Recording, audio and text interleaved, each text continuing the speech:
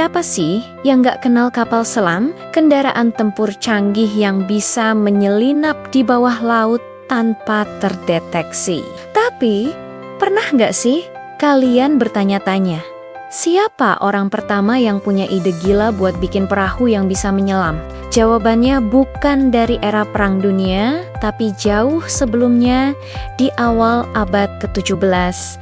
Kenalin, namanya Cornelius Drebbel, seorang ilmuwan, penemu, dan bisa dibilang pesulap dari Belanda. Kisahnya benar-benar luar biasa dan penuh inovasi yang melampaui zamannya.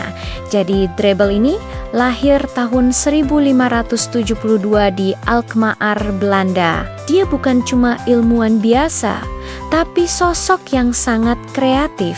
Dia bikin banyak penemuan keren, mulai dari mikroskop, termostat otomatis buat inkubator ayam, sampai alat pendingin udara pertama di dunia.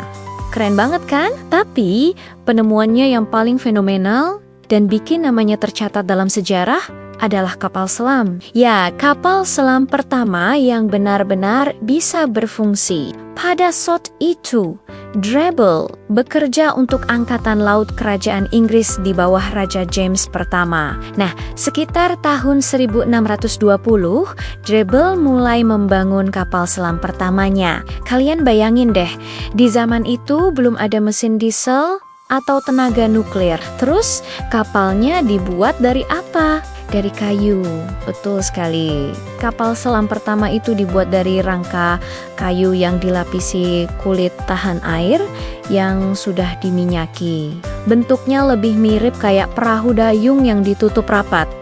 Uniknya lagi, kapal ini digerakkan oleh tenaga manusia. Ada 12 pendayung yang duduk di dalam, menggerakkan dayung yang keluar melalui segel kulit fleksibel. Segel ini dirancang khusus biar air nggak masuk ke dalam kapal. Ini aja udah jenius banget untuk teknologi masa itu.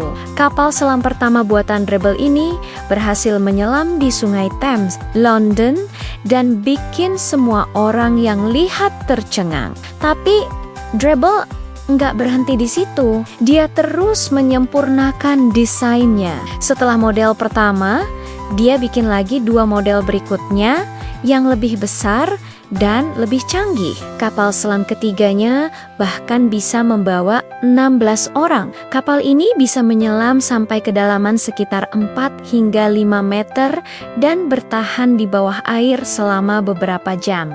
Salah satu demonstrasi paling terkenal adalah saat kapal selamnya berlayar dari Westminster ke Greenwich di bawah permukaan air. Konon, Raja James pertama sendiri ikut dalam salah satu uji coba ini. Bisa bayangin nggak, seorang raja naik kapal selam kayu di abad ke-17? Pasti jadi tontonan yang luar biasa. Nah, sekarang muncul pertanyaan paling penting. Gimana caranya orang-orang di dalam kapal bisa bernapas selama berjam-jam di bawah air? Ini dia bagian paling misterius dan jenius dari penemuan Drebbel. Drebbel mengklaim dia punya cairan ajaib atau quintessence yang bisa memurnikan udara di dalam kapal. Dia memanaskan zat kimia yang sekarang kita kenal sebagai kalium nitrat dalam sebuah wadah.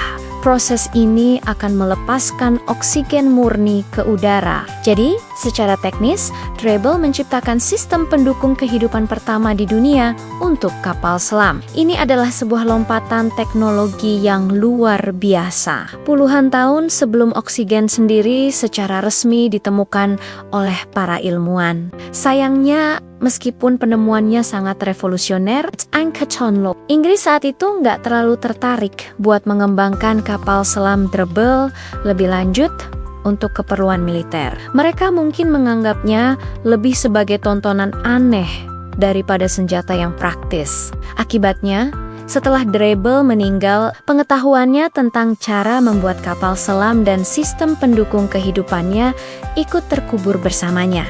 Nggak ada cetak biru atau catatan detail yang tersisa dari karyanya. Dunia harus menunggu hampir 150 tahun lagi sebelum kapal selam benar-benar dikembangkan sebagai senjata perang. Meski begitu, warisan Cornelius Drebbel tetap hidup. Dia adalah pionir sejati.